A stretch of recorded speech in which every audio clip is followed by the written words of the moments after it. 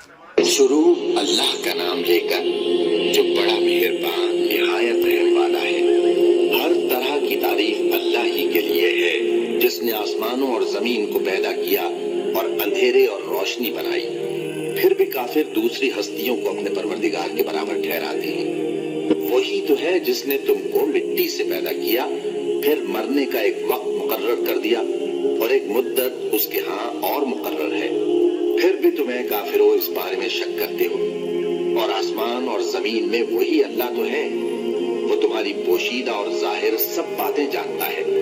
اور تم جو کام کرتے ہو وہ سب سے واقف ہے۔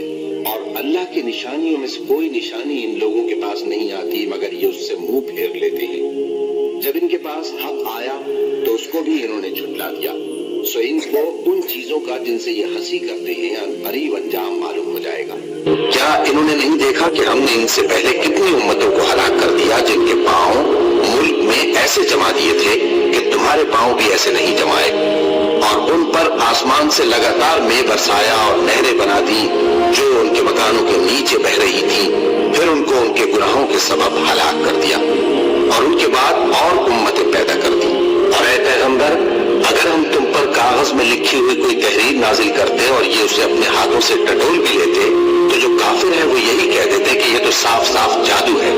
اور کہتے ہیں کہ ان پیغمبر پر فرشتہ کیوں نازل نہ ہوا جو ان کی تصدیق کرتا، اور اگر ہم فرشتہ نازل کرتے تو کام ہی فیصل ہو جاتا، پھر انہیں مہلت بھی نہ دی جاتی۔ نیز اگر ہم کسی فرشتے کو بھیجتے تو اسے مرد کی صورت میں ہی بھیجتے، اور جو شبہ یہ اب کرتے ہیں اسی شبے میں انہیں ڈال دیتے، اور تم سے پہلے بھی پیغمبروں کے ساتھ ہنسی ہوتی رہی ہے، پھر جو لوگ ان سے ہنسی کیا کرتے تھے